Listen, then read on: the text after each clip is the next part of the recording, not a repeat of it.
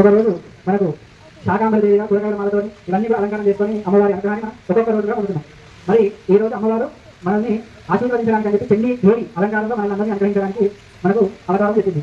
మరి ఈ రోజు మనం చండీ దేవి అలంకారంలో అమ్మవారిని పూజ చేసుకున్నాం, ధ్యానం చేస్తున్నాం. మరి చండీ దేవి ఎవరు?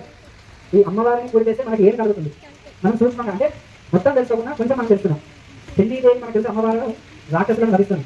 శత్రు సంహారం చేసినప్పుడు చండీ దేవి అలంకారం చేసి ఒక్కొక్క రాక్షసులను కూడా మనకు వధిస్తుంది అన్నమాట. ఎందుకు? లోక లక్షణాలు కూడా. కాబట్టి ఈ అమ్మవారి అవతారాలలో చాలా భయంకరమైన అవతారం, చాలా అంతే శక్తివంతమైన అలంకారం ఏంటి అంటే చండీ దేవి అలంకారం. నవరాత్రులలో మనకు చాలా ఇలా ఒక రోజు ఎక్కువ అవతారం వస్తుంది. ఏదంటే మనకు నవరాత్రులలో ఈ అలంకారం చాలా తక్కువ. కాబట్టి ఈ సంవత్సరం మనం అందరం అదృష్టంగా భావించుకొని అమ్మవారిని మనం చండీ దేవి అలంకారంలో పూజ చేసుకుంటాం, ఆరాధన చేసుకుంటున్నాం, పూజించుకుంటున్నాం.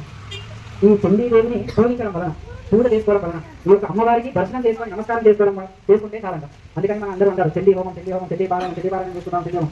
మరి చండీ హోమం ఎక్కడ అమ్మవారు ఈ చండీ హోమంలో 14 అధ్యాయాలు, 700 శ్లోకాలు. అందులో ఒక్కొక్క దాంట్లో అన్ని బీజాక్షరాలతో కూడా కూడుకున్నాయి అనమాట. అందులో ఒక్కొక్క దాంట్లో ఒక్కొక్క అమ్మవారి అవతారం ఎలా ఎత్తుతుంది, ఎలా శత్రువులను సంహరిస్తుంది అనేది కూడా ఉంటుంది.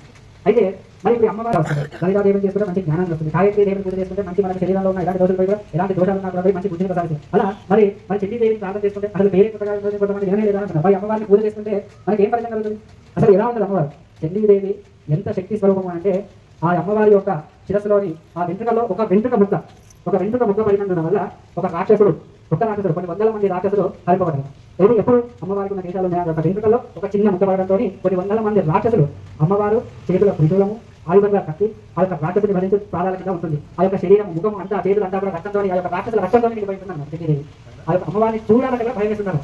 మరి అలాంటి అమ్మవారిని మనం పూజ చేసుకోవడం ఏంటి అంటే ఎందుకు పూజ చేసుకున్నాం అంటే మరి అంత రక్షణతో ఉంటుంది, భయానకంగా ఉంటుంది. ఎవరు ఏ దేవతలు కూడా నన్ను ఏమీ చేయకుండా నాకు వరం ఇవ్వాలి అని చెప్పి తపస్సు చేసి పొందుతారు మన రాక్షసులు. అయితే మరి ఎవరు ఏ దేవతలు కూడా చేయలేని చండీ దేవి చేస్తుంది.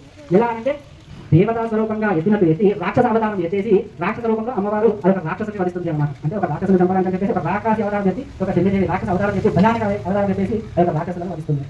ఎందుకు మరి జరుగుతుంది? లోక రక్షణం, అందరినీ సుభిక్షంగా చూడాలి అని చెప్పేసి అమ్మవారు అవతారం ఎత్తి ఈ యొక్క ప్రజలను అందరినీ కూడా చాలా సంరక్షణగా కాపాడుతుంది.